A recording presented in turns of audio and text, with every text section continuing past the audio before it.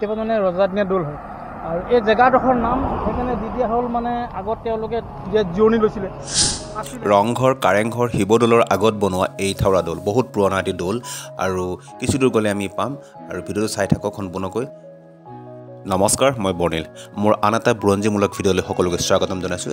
ভিডিঅ'টো চাই থাকক, তেতিয়া গম পাব সকলোখিনি কথা। দাদা, এই দৌলটো বিষয়ে কওকচোন বাৰু। এইটো আমাৰ পুৰণা দৌল হয়, ৰজাদিনীয়া দৌল হয়। ৰজাদিনীয়া হয়, এইটো মানে আমাৰ এই জেগাডোখৰ নাম হ'ল থাওৰা দৌল। দৌলটো পুৰণা ৰজাদিনীয়া দৌল হয় আৰু আগত আহি পিনে ৰজাসকল মানে ইয়াত আছিলেই, থাকিছিলে, মানে থিতাপি লৈছিলে, মানে জিৰণি ঠাই আছিলে। জিৰণি ঠাই হয়, মানে আহোমৰ যুগৰ মানে জিৰণি ঠাই আছিলে আৰু এইটো তেতিয়া দিনৰ হয়। আৰু এতিয়া যদিও মানে আপোনাৰ 4 লাইন বনি আছে, 4 লাইনৰ কাৰণে মানে দৌলটো ভঙা নহ'ল। যেনেকৈ মছজিদ, নামঘৰ কিছুমান বস্তু ভাঙি দিয়া হৈছে, কিন্তু এইটো বহুত পুৰণা বস্তু আৰু এইটো পুৰণা বস্তুৰ কাৰণে এইটো বস্তু এতিয়া বনাব নোৱাৰে। ৰজাদিনীয়া বস্তু এটা মানে চিন মানুহৰ ৰাইজসকলৰ কাৰণে থাকিব লাগিব। সেইটো কাৰণে মানে এই দৌলটো ৰজাদিনীয়া হয়, খুব পুৰণা দৌল হয়। আমি জনাত মানে আমি যেতিয়াবা দেখিছোঁ তেতিয়াবা মানে ৰজাদিনীয়া দৌল হয় আৰু এই জেগাডোখৰ নাম সেইকাৰণে দি দিয়া হ'ল মানে আগত তেওঁলোকে যে জিৰণি লৈছিলে আছিলে, তো সেইটো কাৰণে জেগাডোখৰ নামেই দিয়া হ'ল থাওৰা দৌল। এই জেগাৰ নাম থাওৰা নেকি? হয়, থাওৰা দৌল। শিৱসাগৰ পাৰ হৈ আহি এইখিনি কোনখন জিলা পৰে? এইটো শিৱসাগৰ জিলা পৰে। শিৱসাগৰত পৰে। এইটো দৌলটোৰ কি নাম আছিলে? থাওৰা দৌল। থাওৰা দৌল। এইটো কিমান পুৰণা?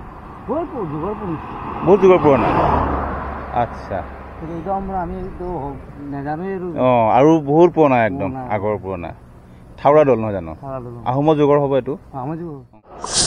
এনেকৈ ঘৰৰ পৰা ডিব্ৰুগড়লৈ আহি থাকোঁতে ৰাস্তাৰ কাষতে এটা কীৰ্তিচিহ্ন দেখিলোঁ আৰু নাম থাওৰা দৌল। এটা আহোম যুগৰ এটা কীৰ্তিস্তম্ভ ধুনীয়াকৈ আছে আৰু অকণমান চাম বুলি আহিলোঁ। এতিয়া ভিতৰলৈ যাব পাৰিনে?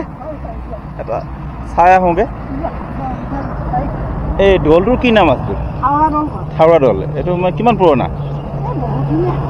মানে ৰজাদিনীয়া বস্তু, আহোম যুগৰ হ'ব নে? কোনে বনাইছিল জানে নেকি? ইমান নাজানিব আৰু।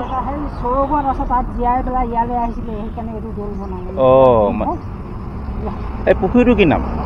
থাওৰা দৌল পুখুৰী। হয় হয় হয়, চাওক, আপোনালোকে চাব পাৰে কি ধুনীয়া এক পৰিৱেশত এটি ৰজাদিনীয়া, আহোম যুগৰ ৰজাদিনীয়া এটি কীৰ্তিস্তম্ভ ইয়াত খুব ধুনীয়াকৈ পৰিৱেশত চাওক দেখিবলৈ পালোঁ আৰু ভাল লাগিছে। চাওক, এইবিলাক হ'ল তাহানিৰে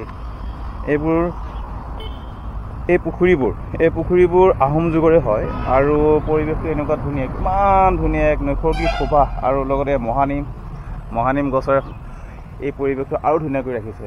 আৰু চাওক, এই হ'ল থাওৰা দৌল। এই দৌলটোৰ নাম হ'ল থাওৰা দৌল। ইয়াতে এজন ইয়াৰ স্থানীয় বাসিন্দাই কোৱা মতে ইয়াতে জীয়াইছিলে ৰজাসকলে আৰু কেতিয়া কি বিশেষ মই একো নাজানো আৰু মই যদি জানো বা জানিবলৈ চেষ্টা কৰিম আপোনালোকক জনাম নিশ্চয়। আৰু এইটো হ'ল থাওৰা দৌল আৰু ইয়াৰ যিটো ভাস্কৰ্যশৈলীবিলাক তাহানিৰ আহোমৰ যুগৰে। কিমান ধুনীয়া, চাওক পৰিৱেশটো কিমান ধুনীয়া। স্বৰ্গদেউ গদাধৰ সিংহই বেংগলৰ পৰা তাহানিতে ৰাজমিস্ত্ৰী আনি নিৰ্মাণ কৰাইছিল এই দৌলটো। এই দৌলৰ স্থাপত্যশৈলী বংগদেশৰ লগত বহুত মিল আছে। 1681 চনতে গদাধৰ সিংহই নিৰ্মাণ কৰাইছিল। যেতিয়া স্বৰ্গদেউ গদাধৰ সিংহই সেই সময়ত ৰাজনৈতিক ষড়যন্ত্ৰৰ বলি হৈ পলাই ফুৰিব লগা আছিল, সেই তেতিয়াই তেখেতে সপোনত দেখিছিল আৰু এই সপোনত ডাঙৰীয়াই দেখা দিছিল আৰু ডাঙৰীয়াই কৈছিল যে ইয়াতে এটা দৌল নিৰ্মাণ কৰিবলৈ। আৰু গদাধৰ সিংহই ইয়াৰ তলতে থকা গছৰ তলতেই তেখেতে জীৱন বাচিছিল আৰু জীৱন বচোৱাৰ কাৰণে এই ঠাইতে পিছলৈ তেখেতে বেংগলৰ পৰা ৰাজমিস্ত্ৰী আনি এইটো চাওক, এটা বেংগলৰ শৈলীত বনোৱা স্থাপত্যশৈলীটো আৰু আহোমসকলৰ শৈলীৰ লগতে বেংগলৰ শৈলীৰ লগত মিলাই পেলাই এইটো নিৰ্মাণ কৰা হৈছিল। চাওক কেনেকুৱা ধৰণৰ, আৰু তেখেতে ইয়াতে এই সপোন বাস্তৱ ৰূপ দিলে। গদাধৰ সিংহ ৰজা হোৱাৰ পিছত স্মৃতি হিচাপে এইটো নিৰ্মাণ কৰি থৈ গ'ল।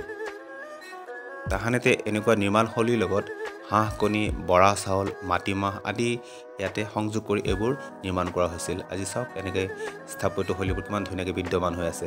কিন্তু এটা কথা চকুত পৰিছে যে ইয়াত আহি যিখিনি চৰকাৰে গুৰুত্ব দিব লগা আছিল সিমানখিনি গুৰুত্ব দিয়া দেখা নাই। চাওক, ইমান এটা মূল্যৱান সম্পদ আজি এনেকৈ অনাদৰ প্ৰায় বুলিয়ে ক'ব পাৰি। কিমান ধুনীয়াকৈ এটা নিৰ্মাণ হ'লি আমি আজি জীয়াই ৰাখিব লাগিছিল, ভালকৈ তেনেকৈ জীয়াই ৰখা হোৱা নাই। চাওক পৰিৱেশটো কিমান ধুনীয়া। তথ্যমতে 70 দশকমানলৈ এইবিলাক পৰিত্যক্ত হিচাপে আছিল। তাৰপিছতহে স্থানীয় লোকৰ সহায়ত এইটো ধুনীয়াকৈ সজাই তোলা হয়। অসমত যিমানবোৰ আহোমৰ লগত জড়িত যিমানবোৰ নিৰ্মাণশৈলী আছে, স্থাপত্যশৈলী আছে, সকলোতকৈ এইটো পুৰণা। চাওক কিমান পুৰণা এইটো হ'ল স্থাপত্যশৈলী। আজিও এনেকৈ এই থাওৰা দৌলৰ ভিতৰত যিটো মূৰ্তি আছে, সেই মূৰ্তিটো হ'ল নৰসিংহৰ মূৰ্তি, আৰু সেই মূৰ্তিটো এই কাষতে থকা এইটো পুখুৰীত উদ্ধাৰ হৈছিল। বৰ্তমান সেই পুখুৰীটো পুতি পেলোৱা হয় আৰু ইয়াৰ ভিতৰত সেইটো সংৰক্ষণ হৈ আছে। অসম চৰকাৰ তথা পুৰাতত্ব বিভাগে গুৰুত্ব দিব লাগে। এনেকুৱা এটা অমূল্য সম্পদ আজি এনেকৈ থিয় দি আছে, আৰু এইটো প্ৰচাৰ হ'ব লাগে, কাৰণ ৰাষ্ট্ৰীয় ঘাইপথৰ লগতে আছে। আৰু ইয়াতে এখন ধুনীয়াকৈ যদি এখন উদ্যান হয়, বাগিচা হয়, নিশ্চয় বহুখিনি উপকৃত হ'ব, আৰু এই থানটো বা এই দৌলখন যাতে পৰিচালনা কৰিব পাৰে সুন্দৰকৈ। যদি আপোনালোকে আহিম বুলি ভাবিছে এইখিনি ঠাইলৈ, আপোনালোকে শিৱসাগৰৰ পৰা ডিব্ৰুগড় অহাৰ পথতেই এই ৰাষ্ট্ৰীয় ঘাইপথতে পাব। চাওক এইটো পুখুৰী কিমান ধুনীয়া, ইয়াত পদুম ফুলি আছে, আৰু এইবোৰ সুন্দৰকৈ ৰখাৰ প্ৰয়োজন আছে। কাৰণ এনেকৈ যদি আমি এই স্থাপত্যশৈলীবোৰ, এই মহান মূল্যৱান সম্পদবোৰ আমি যদি জীয়াই নাৰাখোঁ, তেতিয়াহ'লে এটা সময়ত নোহোৱা হৈ যাব। আৰু ইয়াৰ পৰিৱেশ কিমান ধুনীয়া। এইখন গেট, এদিন আপোনালোকে আহক, চাওক পৰিৱেশটো কিমান ধুনীয়া। আৰু ভিডিঅ'টো আপোনালোকে যদি ভাল লাগে, লাইক আৰু কমেণ্ট শ্বেয়াৰ কৰি দিব।